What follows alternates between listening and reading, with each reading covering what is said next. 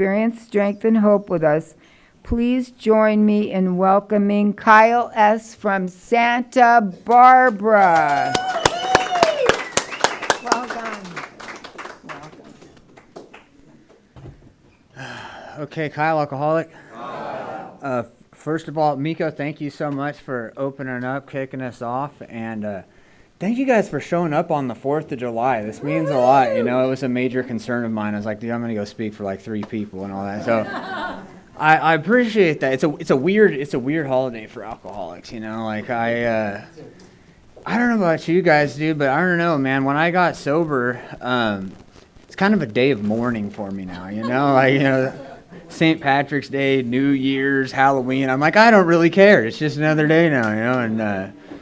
And you know, I always get really nervous for these things, you know, and I used to trip out on that and try to analyze, why is that? Is it because I want everybody to like me? I want to say the right thing and save all the alcoholics and blah, blah, blah. And my conclusion of why I get so nervous for these things is because I'm a normal human being, and that's a normal response, right? They actually did a study of fears amongst all people, and death was the number 2 fear amongst all people, followed only by public speaking and public humiliation. So if you get all nervous and freaked out to get up here and speak in front of people, like, it's good news. It means you're normal. You're not some gnarly, like, sociopath, narcissist, or anything, you know? And you know, I always like to address that nervousness by opening up my pitch with a quote that's really represented my recovery from day one all the way until now. And it's not Bill Wilson, it's not Dr. Bob, it's actually a Conor McGregor quote. And what he says is, he says, the more you seek the uncomfortable, the more comfortable you become.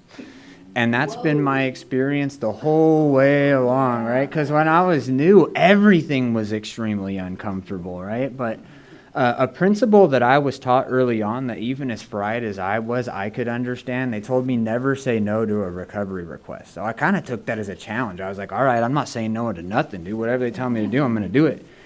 But the problem is, like I said, dude, when I was new, like, everything was uncomfortable. Like, just going to a meeting was extremely uncomfortable, you know, as God forbid some person tries to make small talk with me and I'm all tripped out, you know. I don't know if that ever happens to you guys. You know, somebody's like, hey, how are you? And you're like, good. And you're like, how are you? And like, good. And you're like, I got nothing. Like, I don't know if any of you guys ever watched that show, Love on the Spectrum. But those dates that those people go on, that was like every social interaction I had in my first year of sobriety, right? But whatever, I go to the meetings, and then I get asked to read chapter 5 or the 12 traditions, and all of a sudden I'm all Billy Madison up here. I'm all because in my mind, you're all intently judging me, like, how good can this guy read, you know? Nobody cares. Everybody's just zoned out waiting for the meeting to start. But it felt like that, and I'd be throwing up those newcomer prayers, don't call on me, don't call on me, don't call on me. Because when I was new, I felt like everybody in AA, you guys were a bunch of spiritual gurus. You were wizards who knew all about recovery and life. You had this thing licked, and as the new person, you were now judging me, and I was going to say the wrong thing, and you guys were like, oh, we got a dumb one. Get him out of here. He cannot be here. Whatever, I do my best. And then, you know, and then I get asked to make some amends, and that's super terrifying, but I do it, you know, and then I get asked to speak, and oh, that's terrifying, and I do it. And, you know, with every uncomfortable act, I've, like, you know, found a little bit more comfort and felt a little bit better about myself. And today's no exception, so I appreciate the opportunity for growth today. And, oh, man, I really like how Miko said, like, don't let anybody bully you out of the meetings or chase you. It's happened to me, man. It's happened to me many times in my recovery, and because of what I'm about to say right now. I'll get this disclaimer out of the way early on. Drugs are a part of my story. If that's not your favorite thing in the world, sorry. What do you want me to do? Make something up? Tell you what didn't happen? You know, and you know, drugs are laced throughout that big book, man. You know, everybody loves to quote acceptance is the answer, but have you read the rest of that guy's story? That dude was zipping around on amphetamines and then shooting himself up with Michael Jackson medicine so he could get some sleep. And I truly, Bill and Bob, those guys would be garbage cans if they were modern day 2026, dude. Those guys would be doing whatever they could get their hands on. You're telling me Bill Wilson, with his writhing nerves, he's freaking out, he's pacing around, he has to drag his mattress downstairs because he's about to launch himself out of the window at any minute. You're telling me that guy, hey, Bill, dude, smoke this stuff. It'll take the edge off so you can get some sleep. Or Take these pills. That'll make you feel better. You can go to work and make some money. You're telling me that guy's going to go, drugs? Ooh, get that out of my face right now. I'm a real alcoholic. No, I'm pretty sure he's going to say, give me all that right now. What do you have? So, and so whenever I tell my story, I skip right past the childhood and all that, because if I had 2 hours, I might tell you a little bit, and the reason I skip past that is because in my experience, I think it's irrelevant. I don't think I'm alcoholic because my mom was this or my dad was that or anything like that. It's just a disease like any other disease, man. Some people got to wear glasses. Some people get diabetes. I have asthma. I have to walk around with an asthma inhaler or I'll die. When God was whipping me up, he just sprinkled a little alcoholism in there. And what my brand of alcoholism looks like is I just hate how I feel when I'm sober. I'm just a naturally uncomfortable person. My natural resting state is depression, anxiety, feeling a disconnectedness from other human beings.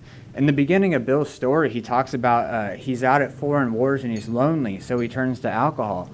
But if you really think about that, he's never alone. He's surrounded by other people. He's sleeping in a bunker with like 100 other people, but he feels lonely, so he turns to alcohol. And I can relate to that so much. I can be at my own family's Thanksgiving dinner and, everybody's talking and vibing and this uncle just retired and he's about to go on some trip somewhere and this cousin just started a business. This other cousin just graduated college and then there's just me, just cut off from everybody. I just want to sneak down the street and go smoke a bowl, get away from everybody. And especially AA, I come to a meeting of Alcoholics Anonymous and I feel like it's this big old club and everybody's in it and you guys are all friends and you're talking, we're all going to party at Denny's after the meeting, you're going to go to the dance and all that, and everybody's in the club and everybody's invited except me. I'm the only person not invited to this thing. So for me, anything that I do or anything that I put in my body that makes me feel good, makes me feel like I'm just getting even with the rest of the world, I'm going to do it at an uncontrollable level. So do I drink alcohol alcoholically? Absolutely. Alcohol was my first love, especially when I'm not doing too good on the funds. I'm down to my last $5. I'm going to buy a Four Loko and a Black and Mild every time. That's always going to be the last play in the playbook. But for me, man, I like to smoke meth alcoholically, do heroin, chase women, play video games, sports gamble, go to the gym, gas station, boner pills, dude, If it does something to me, I want all of it right now, man. And I'm still like that. It's not like I worked these steps and biologically my brain reorganized itself and I'm this different creature walking the earth. No, I still have the same DNA, the same brain and all that. I just found a new well to drink from, and that's Alcoholics Anonymous and the 12 steps. I work this program alcoholically. I go to a ton of meetings. I get to work with a lot of amazing men. I do quite a bit of service. And I don't do any of it with the motivation of being sober, right? Like I'm never at work and I'm like, oh shit, I better get to that meeting or I'm going to have a drink. No, I do it all because it makes me feel good, right? I'm not here to be sober. I'm here to feel good and have a good life, right? And what I've noticed in my experience, using the 12 steps for my relief and my tools in life versus using substances is the first main difference is, when I'm using substances, very, very quickly my problems pile up on me and become astonishingly difficult to solve. That's 100% of the reason why I'm here. If that never happened, why would I ever want to get sober? Right? Like if I could show up to work and pay my bills and have a girlfriend waiting for me at home and my family's I'm in their good graces and I could, knock off work and smoke a little weed and, drink some Modelo's and, tweak out on Friday and Saturday and land the plane on Sunday and wake up on time for work on Monday, ready to go. If I could pull that off, I would. But never once have I ever been able to pull anything remotely close to that off. But with this AA stuff, man, this instead of my problems piling up on me, it's the craziest thing. Stuff just continues to work out, man. And and in one of my favorite little lines in the big book, it says the discovery of spiritual principles would solve all of our problems, right?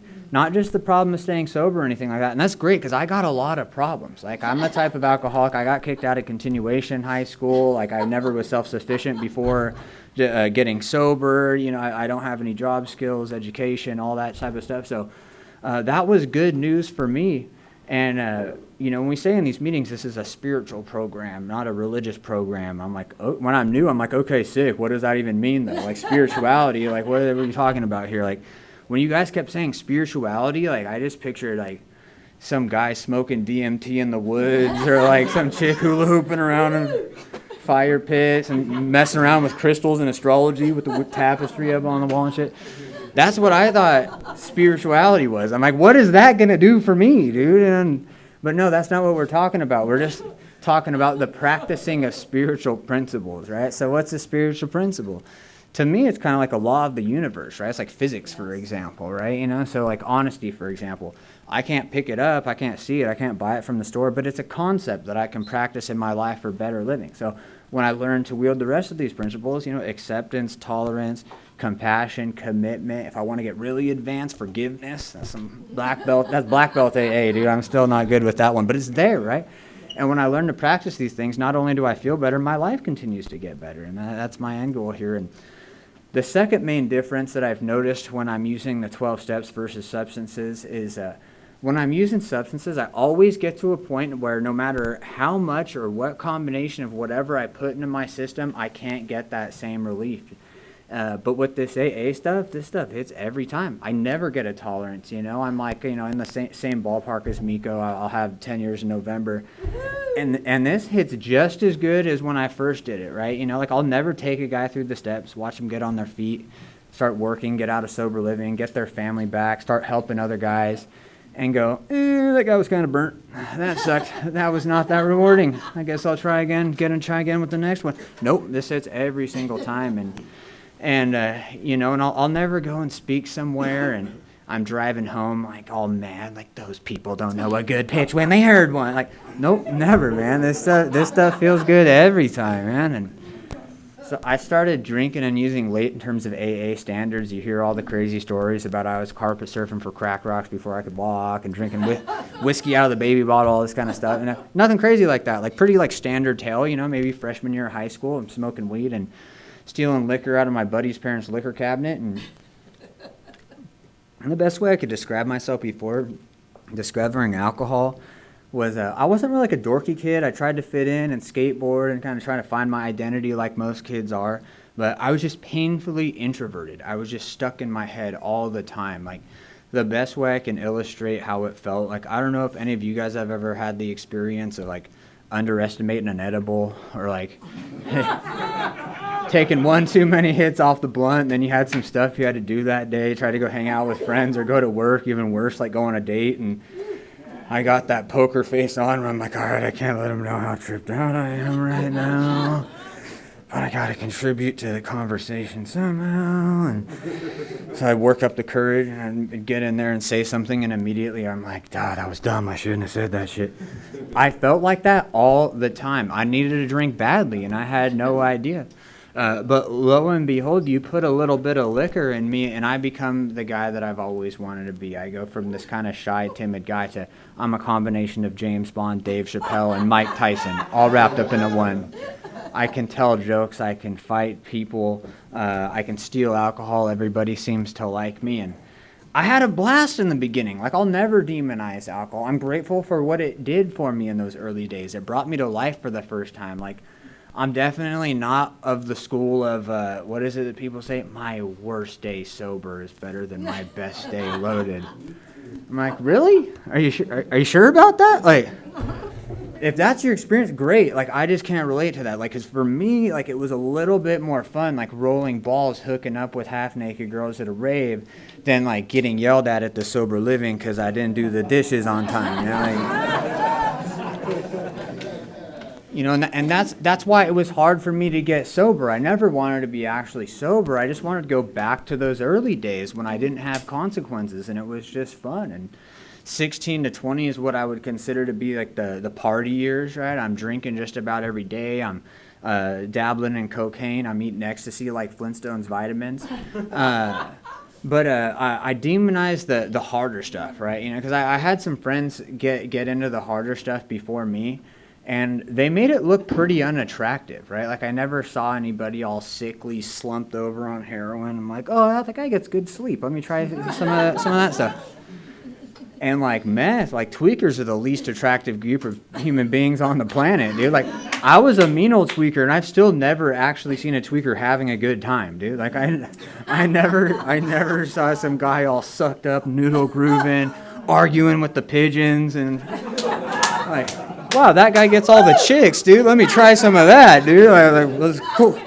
I was cool on all that stuff, man, you know. So I had all these lines drawn in the sand of things I wouldn't do. And I remember doing heroin on accident for my first time. I was about a senior in high school, and I'd been up doing coke all night, and I was just coming down, feeling all nasty. I still remember, like, Dave Chappelle, the Chappelle Show was on the TV, and my buddy started smoking the stuff off of tinfoil, and I'm like, oh, what's that you got there? And he's like, oh, I got it's opium, man. And I'm like, opium, you say? That doesn't sound too bad. Why not? Like, I don't know. I'm some dumbass little high school kid, and if he said heroin, I would have been all butthurt and stormed not hung out with that guy anymore. But I'm like, yeah, let me try some of the opium. So I remember, taking my first couple little hits of that and kind of analyzing how I felt, and I'm like, oh, I like this stuff. It's kind of mellow. I don't see what the big deal is. Like, weed messes me up more than this stuff. So what it did was it undemonized it for me. It made it normal for me to do from that point forward. And there's a spot in the big book where it says liquor ceased to be a luxury, it became a necessity. And I can remember about when that happened for me. I'm maybe like 22, 23 at this time, and I had just moved from Santa Barbara down to Oceanside. Oh, that's crazy timing. Boom, and then the phone. Yeah. So I just moved from Santa Barbara down to Oceanside, so I had no friends. I didn't know anybody. I had nobody to hang out with. And my parents were really young when they had me, and they definitely weren't like a mature parents, and so I was kind of raised by my grandma. I was like total grandma's boy, and my grandma was everything that a grandma should be, dude. Just unconditional love, had my back. Like, that was really like my person I could always count on. And she had just died, and I was going through a super nasty breakup where we would break up, get back together, get cheated on, break up, get back together, get lied to some more. This whole thing, and it just kind of emotionally drug me through the ringer, and I kind of fell into a depression. And I'm not one to sit in my shit. Like, if I feel bad, I'm going to feel better one way or another. And I'm still like that today. But at that point in my life, there was no go to a meeting, get out of self, pray, meditate, do some service work, hang out with the boys, call a sponsor. I didn't have any of that stuff. My only two options were to sit there and feel sorry for myself, or start getting loaded just to cope with how I was feeling on a daily basis. And that's when it stopped being something that was recreational, when I had to get up every day just to get loaded to deal with how I was feeling, right? And it was about this time I really started to get an understanding of powerlessness and what that was, because I genuinely believed that I could stop any time, right? I could pass a lie detector test, yeah, I could stop, but I didn't want to. Why would I want to stop? This is my favorite stuff in the world. And I finally started getting enough consequences and got it, a little older, feeling like enough of a loser. I made my first couple attempts at trying to white knuckle it on my own. And usually what my attempts of white knuckling and relapsing would look like is, I would have to detox for whatever reason, run out of money, or had a drug test coming up, or whatever the deal was. And so I'd sweat it out, right? I'd just hold up at the pad, sweat it out for a week or two, and then I'd get about 2-3 weeks sober maybe, and I'd get on this big old pink cloud, dude. I'm all fired up now that I don't have this ball and chain on me. I'm gonna go do whatever I want, and I'm watching David Goggins videos, drinking C4, doing push-ups, dude, and man, my ego's all crazy, dude. I'm thinking I'm gonna go get all the girls and whip everybody's ass because I'm 140 pounds, not 130 pounds anymore, and my buddy, who I know gets high, would hit me up and say, hey man, you wanna go to the beach? I'm like, yeah, I'll go to the beach. What am I supposed to just hide out and not have friends the rest of my life because I'm sober? It's fine, I don't care. He gets high. I'm sober now. So he'd pick me up and we'd go to the beach, and right on cue, he'd start smoking a little opium in the parking lot, and he would offer me some, right? And the insane thought would come, the italics in the big book, the whiskey and the milk thought. And the thought would be, well, I'm not buying it. It's free, dude. Go lay on the beach without smoking some heroin, or go lay on the beach after smoking some heroin. I'm no rocket scientist, but that's a very obvious choice. Yes, give me that, please. And so I'd do that, I'd get all high and go melt out in the sand and have a nice little time. And I go, you know what? That was nice, but what would be much better is if I got a 20. That's it, just a 20 all to myself. I got to beg this guy anytime I want another hit, and I can use it at my leisure. So I do that. Just get a little tiny 20 bag, go not out at my computer all night, get up the next day and go, see, that's it. I cracked the code, dude. I didn't overdose. I didn't get fired. Nothing crazy happened. I can do just a 20 every day, and it'll be fine. but it's going to be much cheaper if I buy in bulk. And so I'd go get another big old bag. I wasn't even bullshitting. I was dead ass serious. You know how they have those pill containers that are like Monday, Tuesday, Wednesday? I'd bring up, this is the Monday bag, Tuesday bag, Wednesday bag. Never once did I stick to the Monday bag. I'd get about halfway through Monday, and be like, I'll do less tomorrow, and then I'm all strung out again. How did this happen again? I did manage to get off of the heroin. I just shifted gears and started doing a lot of crystal instead. I found it to be a much more manageable lifestyle. It was cheaper. I wasn't getting violently dope sick all the time. I felt like I found this life hack, right? Because I like to dick around. You know what my passions are? Like doing things like play Angry Birds and like watch YouTube videos on conspiracy theories and like this is how I like to live my life. And so I'm like, now that everybody else has to sleep and I don't, I can dig around and do all the things I like and still be productive. And it was about this time I decided to go back to school, and I didn't know what I wanted to do. You know, I got kicked out of continuation high school. I've never been scholastic. I never passed the 9th, 10th grade classes or anything. But I knew how to start chipping away at my general ed, my English, math, history, this kind of stuff. And so that's what I did, and I took this English class of all things, and the teacher of that class was one of the coolest ladies I've ever met in my whole life, and she was one of the first teachers that didn't pick apart my work based off of punctuation and grammar, and she encouraged me, and she would tell me, you know what, Kyle, just worry about the content. We can fix all that other stuff later, you know. If you have something to say, just get it out and say it. And I was tweaked out of my mind, so I had a whole lot to say, and I fell in love with the writing, man, you know, and it was writing on amphetamines became my favorite thing, and you know, because I was one of those like philosophical tweakers, you know, like, there's different like kinds of tweakers, you know. There's the type of tweakers that like turn into kleptos and want to start stealing stuff immediately, and the classic paranoid tweakers that are looking out of the blinds and taking apart the VCR, and the marathon masturbation tweakers, and I was one of those too, but minored in that, majored in tweaker philosophy, and you know, and so the type of conversations I like to have, you know, when everybody else has crashed out and it's just you and the one friend at the fire pit at 4 a.m. or you're sitting on the roof in lawn chairs and you're talking about aliens and conspiracy theories and that kind of shit. Like, those are the best type of conversations. And I crave those type of conversations. But the problem was I was a weird-ass tweaker. Nobody wanted to hang out with me. So I fell in love with the writing because the pages couldn't run away. The pages had to sit there and listen to every single thing that I had to say, and my teacher's gassing me up, telling me how great I am. I think I'm going to be the next Charles Bukowski, Hunter S. Thompson, and you know. But the problem is I'm getting weirder and weirder by the second. I'm starting to short circuit. You know, the writing's completely coming to a halt, and no matter what substance I was using, dude, it was always the same boomerang effect that Bill talked about. It always worked great in the beginning, and then it came back and it cut me to ribbons. With the alcohol, I'm popular for the first time in my life. Everybody seems to like me. I'm getting girlfriends. But then everybody else graduates and I don't. I'm getting locked up constantly. I'm this old, lurky, unwelcome hanger-oner at high school parties. With the opiates, life hack, right? Doesn't matter. With this stuff, I'm immune to life. I'm immune to outside circumstance, right? Girlfriend could cheat on me and leave. Grandma could die. I'm facing homelessness. But as long as I got a bag of this stuff, the old fierce determination to win comes back every time. But then I'm getting a tolerance, and I'm getting dope sick, and I'm getting fired, and I got to deal with the flakiest, shadiest people all the time. And with the amphetamines, like I'm talking about, I'm writing, I'm being productive, I think I'm going to be famous. But, you know, towards the end there, the production had completely halted, and, you know, all I was doing was playing video games for hours on end, beating off like 10 hours at a time, and playing Carpet Detective, crawling around smoking toenails and dog shit, hoping it did something to me. I reached a point. I was 28 years old, and the gig was up. Like if I could have kept a roof over my head and I could have stayed loaded, I would have. I would still be sitting there at Grandma's house hitting the pookie right now. But there was no more grandma's house left to go to, no more dad's house left to go to, no more fronts from the plug, nothing left to sell. I'd been unemployable forever.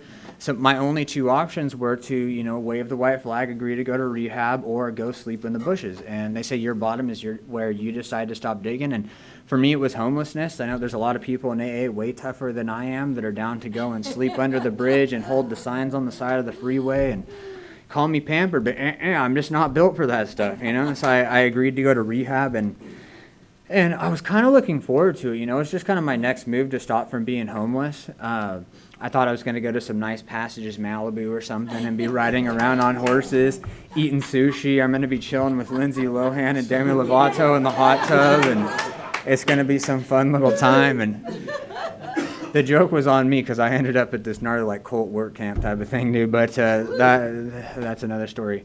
But I went to rehab, and then I bailed out of there and I went to sober living. And I was lucky though. I had a couple of friends get sober before me, and they made this thing look attractive to me. One of them in particular had tried to 12-step me and take me to some meetings, and he sat me down in a Del Taco in Oceanside. And this is still the day one of the gnarliest dope fiends I've ever met. This is the kind of guy that even when I was getting loaded, I'm like, I can't hang out with this dude. This guy's a bust. And he was sober, and he had a job and a car, an apartment, a girlfriend, and most of all, he was happy and healthy. And he told me that he felt way better, and being sober was way better. So at that time, I wasn't quite ready, but he had planted the seed. So when the time came, I was like, okay, what was that stuff Lucas was talking about? Let me see what's up with that. So being sober forever was a very large pill I was not prepared to swallow. But I came in with the mentality of I'll do it for a year, right?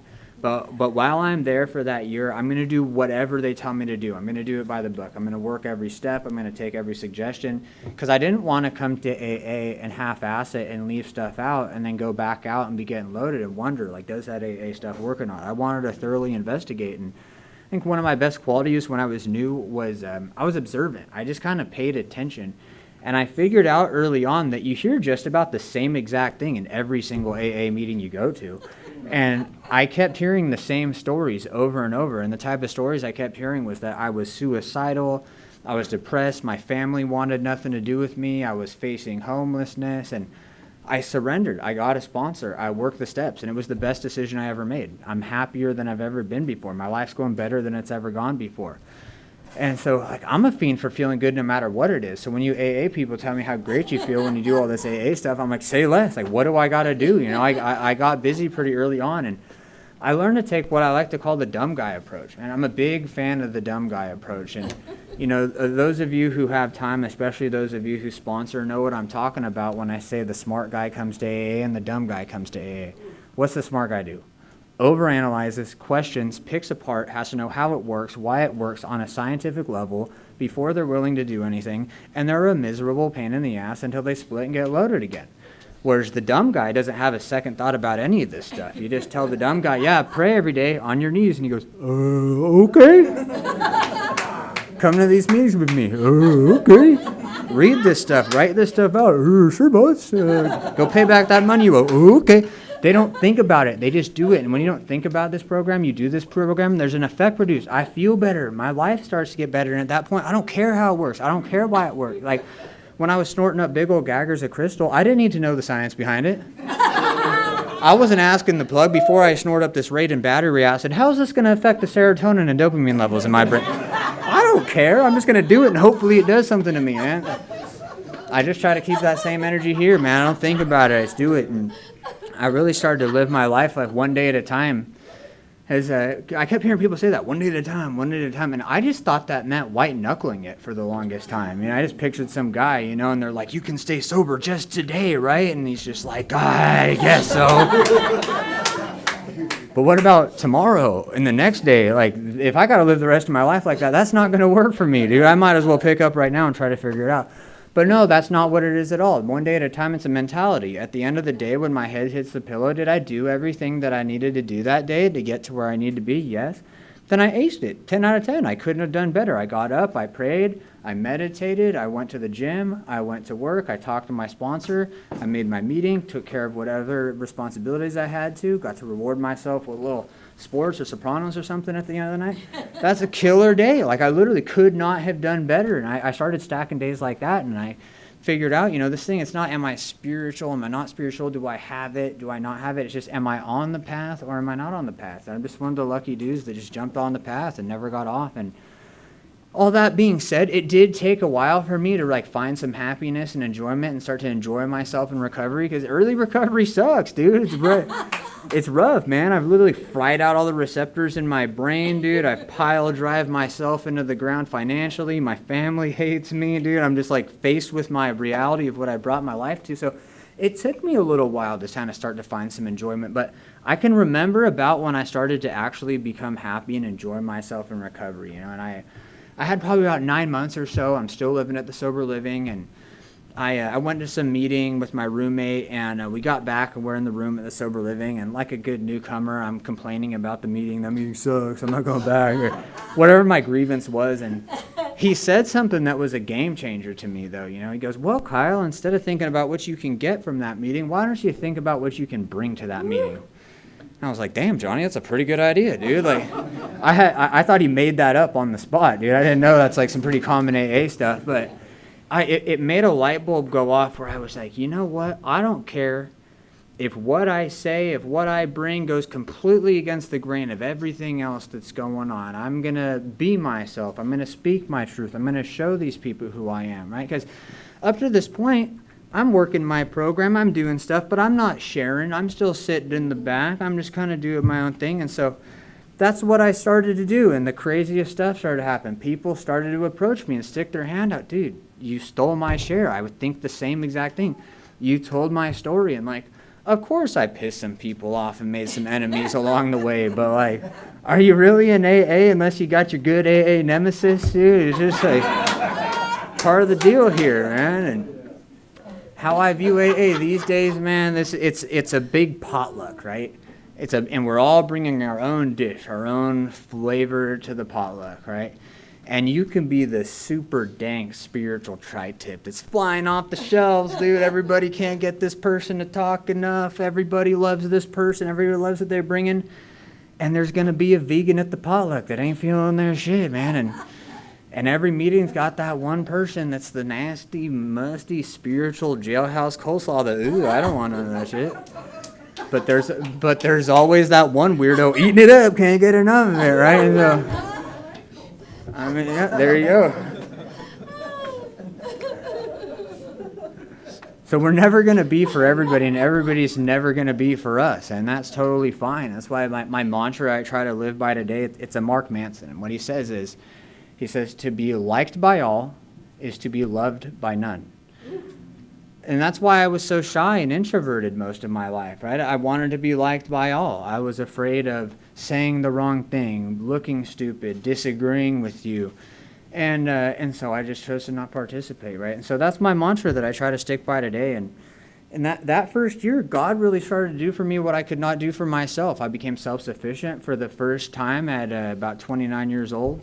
It's the best money I've ever spent in my life, paying my own rent at the sober living. I took a lot of pride in that. I took a lot of pride living in sober living. I felt like a man for the first time in my life, because it was soul crushing, being almost 30 years old, living at my grandma's house, and somebody's like, oh, where do you live? Where do you say you're drill? And I'm like, oh, I'm at my grandma's, got to take out the trash, do the dishes, somebody's got to do it, I got to twist it, but I know I'm just being a leech, dude. I know I'm just helping her die sooner. That's all I'm doing. And so I took a lot of pride in that. Yeah, I live at New House 3, and I pay my own rent over there. And about 9 months sober, I got a car and a driver's license, which was huge for me because having a car and a driver's license was way above my level of functioning capacity. And then about a year and a half, I moved out of sober living. I'm renting a room for the first time in my life, and that's a big deal. And then I get into my first sober relationship, and that feels like some kind of crazy high school-y experience because I've never done that. I didn't even kiss a girl until I started getting loaded,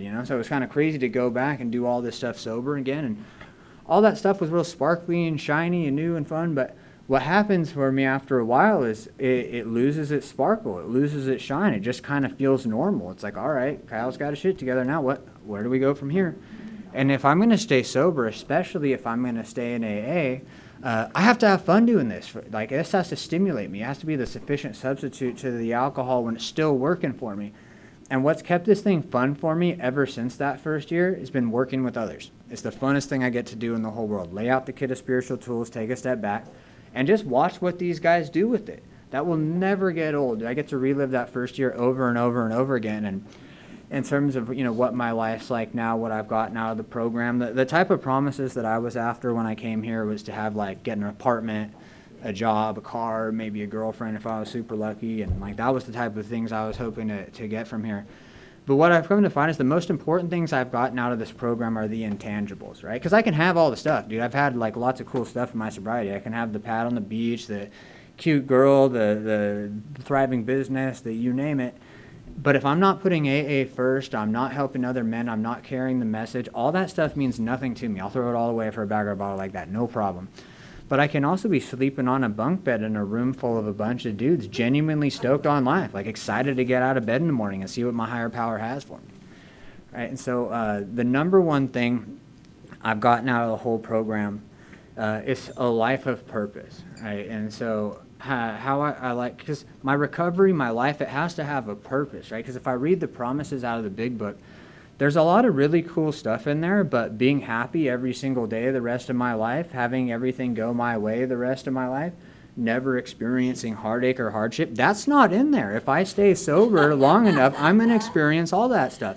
There are going to be plenty of days it would be easier in that moment to pick up, right? So I got to remember why I'm staying the course, why I'm doing this stuff. So how I like to illustrate this life of purpose is, typically what happens when an alcoholic gets sober. Right. Parents are not getting the phone call home. Your child's died of a fentanyl overdose. People are staying out of jail and prison. Families are reunited, right? So if I come into this program and I do a proper third step, I say I'm just going to put all my eggs in one basket. I'm just going to work this program to the best of my ability, get my life together, and then try to help as many other men as I possibly can. And at the end of the day, I end up helping 10 guys get sober. And then each one of those guys helps 10 guys get sober.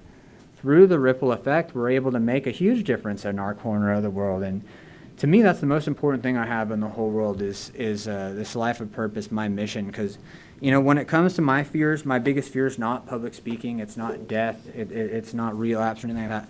My biggest fear is regret. Right? I always live that life of tomorrows. After this SAC, I'll go to detox. Next semester, I'll sign up for school. Tomorrow, I'll get the job application in.